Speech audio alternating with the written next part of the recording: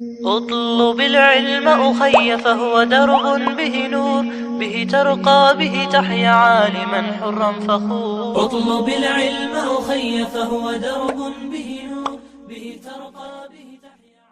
أعوذ بالله من الشيطان الرجيم. بسم الله الرحمن الرحيم، والصلاة والسلام على خير خلق الله أجمعين وعلى آله وأصحابه والتابعين ومن اكتفى أثرهم واقتدى بهم إلى يوم الدين. وبعد، السلام عليكم ورحمة الله وبركاته. lallai babu shakka wannan cibiya ta zo a daidai kan gaba, ta zo a daidai lokacin da ake bukatanta, ta zo a lokacin da ake kishirwan ire-iren wa'annan cibiyoyi domin faɗakar da al'umma da ilmantar da su abin da ya shafi addinin su da sauransu. Muna fatan Allah maɗaukaki ya karfafi wanda suke tsaye akan wannan cibiya, wanda suke tsaye akan ƙoƙarin ci gabanta. Allah maɗaukaki ya ƙara musu ƙarfin gwiwa, Allah maɗaukaki ya ƙara musu jimuri domin haƙuri akan ainihin ɗawainiya na ilmantar da al'umma. Babu shakka lalle wannan hoɓɓasa ne wanda ke nuna ƙoƙarin ribatar lokaci, domin lokaci shine asalin rayuwar mutum. Lokaci na da matuƙar muhimmanci ga rayuwar mutum bai ɗaya, musulmi ne ko ba musulmi ba. Lallai lokaci abu ne da bai kamata mutum ya wasa da shi ba, bai kamata mutum ya ɗauke shi riƙonsa kainan kashi ba. Lallai lokaci yana da matuƙar muhimmanci musamman a rayuwar mutum musulmi, domin idan ka ɗauki rayuwar mutum musulmi za ka ga cike take da tsari, cike take da abubuwa wanda Allah maɗaukaki ya dabaibaye su, ya ɗora su a bisa tsari na lokaci. Allah maɗaukaki ya ɗauki hutta, ya ɗauki plan kacokat ya danƙa ma musulmi a hannun shi na ƙoƙarin koya mashi ribatan lokaci. Idan ka ɗauki rayuwar mutum musulmi kacokat za ka ga gaba ɗaya a tsare take a bisa tsari na lokaci. Ka ɗauki misali sallah, tsari Allah maɗaukaki ya ɗora ta akan tsari na lokaci. Allah maɗaukaki ya sanya salloli guda 5 adadi, sannan ya sanya su lokaci bayan lokaci. Ba a ce mutum ya sallolin nan guda 5 a lokaci guda ba, sai ya tsara kowace za a yi ta a wani takamaiman lokaci. Ka ɗauki sallan asuba, wani lokaci ne da zarar lokacin ya yi sallan asuba ya waje ba a wannan lokacin. Idan kuma mutum ya bari wannan lokacin ya wuce bai sallaci sallan asuba ba, to ya saɓi Allah. Kaga Allah ya ɗora sallah akan tsari na lokaci. Haka sallan azahar, haka sallan la'asar, haka salloli guda 5 ɗin magriba da isha'i. Za ka ga Allah maɗaukaki ya tsara su, ya ɗora su ne akan tsari na lokaci. Idan ka ɗauki azumi, Allah maɗaukaki ya ɗora ibadar azumi akan tsari na lokaci. Ya ayyuhal ladhina amanu kutiba alaykumus siyamu kama kutiba alal ladhina min qablikum la'allakum tattaquna ayyaman ma'dudat. Wasu ranaku ne ƙididdigaggu wa'inda ake yin azumi na Ramadan a cikinsu, watan Ramadan. Wani lokaci ne takamamme, wata guda Allah maɗaukaki ya keɓe ce a cikin shi yake so a azumin watan Ramadan. Idan ka ɗauki azumi ɗin wato a ɗaiɗaice, sai ka ce shi ita kanta azumin wata ibada ce wacce ake kame baki daga wani lokaci zuwa wani lokaci. Kaga Allah da baibaita da tsari na lokaci. Idan ka ɗauki aikin haji, akwai abin da ake cewa miƙatul zamani da miƙatul makani. To miƙatul zamani na aikin haji idan ka ɗauke shi sai ka ga shi ma Allah maɗaukaki ya ɗora shi akan tsari na lokaci. Wasu ainihin watanni ne Allah maɗaukaki ce alhajju ashhurun ma'lumat. Wasu ainihin watanni ne sanannu wanda ake yin aikin haji a cikinsu, lokuta ne. Idan ka ɗauki ɗaiɗaiku ayyuka da ake aikata aikin hajjin sai ka ga su ma lokaci ne. Misali, ka ɗauki ainihin zaman Mina, Allah maɗaukaki ke cewa wadhkurullaha fi ayyamin ma'dudat. Ku ambaci Allah a cikin wasu ranaku ƙididdigaggu. Kaga lokaci ne. Haka tsayuwan Arafa shi ma wani lokaci ne. wata rana ce keɓantacciya mutum zai fita bayan zawali, lokaci ne zai yi wata ibada har zuwa wani lokaci. Idan ka ɗauki kwanan Muzdalifa, wani dare ne da ake so mutum ya kwanta yi wata nau'i na wani ibada a wannan lokacin. Idan ka ɗauki jifa, ramyul jamarat, shi ma wasu lokuta ne da mutum zai je rana na farko, zai je na rana na biyu, zai je na rana na uku. Lokuta ne Allah ya dabaibai wa'annan ibadodi da su, saboda a nuna maka mahimmancin lokaci. Idan ka ɗauki zakka, ita ma wata nau'i ce ta ibada wanda Allah ya dabaibai ta, ya ɗora ta a bisa tsari na lokaci, duk don a nuna maka mahimmancin lokaci. Aka ce idan kana da wani gwargwado na dukiya, idan lokaci ya ta tafiya har shekara ya zagayo ma wannan gwargwado na dukiyan, za ka fitar da wani gwargwado na dukiyan. Ibada ce Allah ya dabaibaita, tsara ta akan tsari na lokaci, domin me?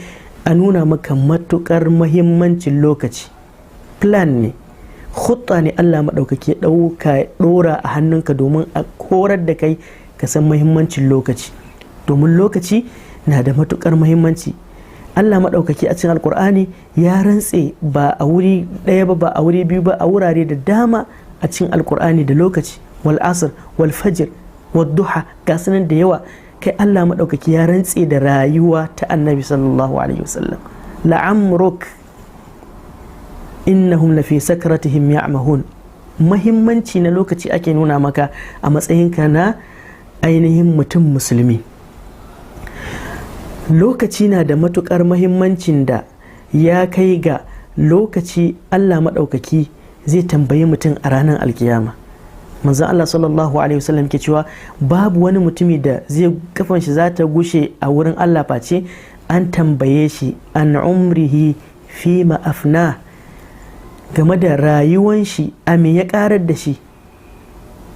Manzon Allah sallallahu alaihi wasallam ya lissafa wasu abubuwa guda 5 wanda muhimman abubuwa ne wanda wanda annabi sallallahu alaihi wasallam ke cewa kuri bace su. Annabi ya kwadaitar da mu cewa kuri bace su kafin kishiyoyinsu su zo. Shi su ne ƙuruciya, lafiya, wadata, sarari da kuma rayuwa. Mutum ya ribaci samartakan shi kafin ainihin tsufan shi ya zo, ya ribanci ainihin lafiyarsa kafin rashin lafiya ya zo, mutum ya ribaci ainihin wadatansa kafin talauci ya zo, mutum ya ribaci sarari kafin abubuwa su zo su dabaibaye shi, mutum ya ribaci rayuwarsa kafin mutuwarsa ta zo. Kun ga wannan duk yana nuna mana mahimmanci na lokaci. Idan ka ɗauki bugun da zuciya take yi, wasu malamai suka ce yana daga cikin abin da ke nuna maka cewa lallai ita rayuwar ita kanta wasu ainihin mintoci ne da sakwanni. daqqatu qalbil mar'i qa'ilatun lahu innal hayata daqa'iqun wa thawani. daqqatu qalbil mar'i qa'ilatun lahu innal hayata daqa'iqun wa thawani. Bugun da zuciyanka ke yi tana nuna maka cewa lalle rayuwan wa'ensu mintoci ne, wa'ensu sakwanni ne. Wato lokaci na da matukar muhimmanci ga rayuwan mutum ɗan adam, musamman rayuwan ya mace. Lokaci na daga cikin abin da Allah maɗaukaki zai goranta ma 'yan wuta. Allah maɗaukaki zai ce musu, Allah maɗaukaki ya ba mu labarin halin yadda 'yan wuta zai kasance a cikin wutan jahannama. Yake cewa wa hum yastarikhuna fiha rabbana akhrijna na'mal salihan ghayra alladhi kunna na'mal. sai Allah ya goranta musu, ce awalam nu'ammirkum ma yatadhakkaru fihi man tadhakkar wa ja'akumun nadhir fadhuqu fama lidh-dhalimin min nasir. Allah zai goranta musu ya ce awalam nu'ammirkum ma yatadhakkaru fi man tadhakkar, ashe ba mu raya ku wani gwargwado na rayuwa, wani gwargwado na lokaci a rayuwar duniya ba. Ma yatadhakkaru fihi man tadhakkar, wanda gwargwadon nan ya isa a ce wanda ke iya faɗaka zai faɗaka. Waja'akumun nadhir, annabi ya zo muku. Waja'akumun nadhir, furfura ta zo muku, waja'akumun nadhir tsufa ya zo muku. Duk marahil ne na rayuwa Allah maɗaukaki yake nuna mana matuƙar mahimmancinsu, ainihin mutum ya ƙoƙari ya ribace su. Saboda haka ya wajaba ga ya mace ta ribaci lokacinta, ta tsaya ta nemi ilimi, ta tsaya ta haddace ta tsaya ta karanci alkur'ani, ta tsaya ta kwashi tarbiyya, ta tsaya ta natsu.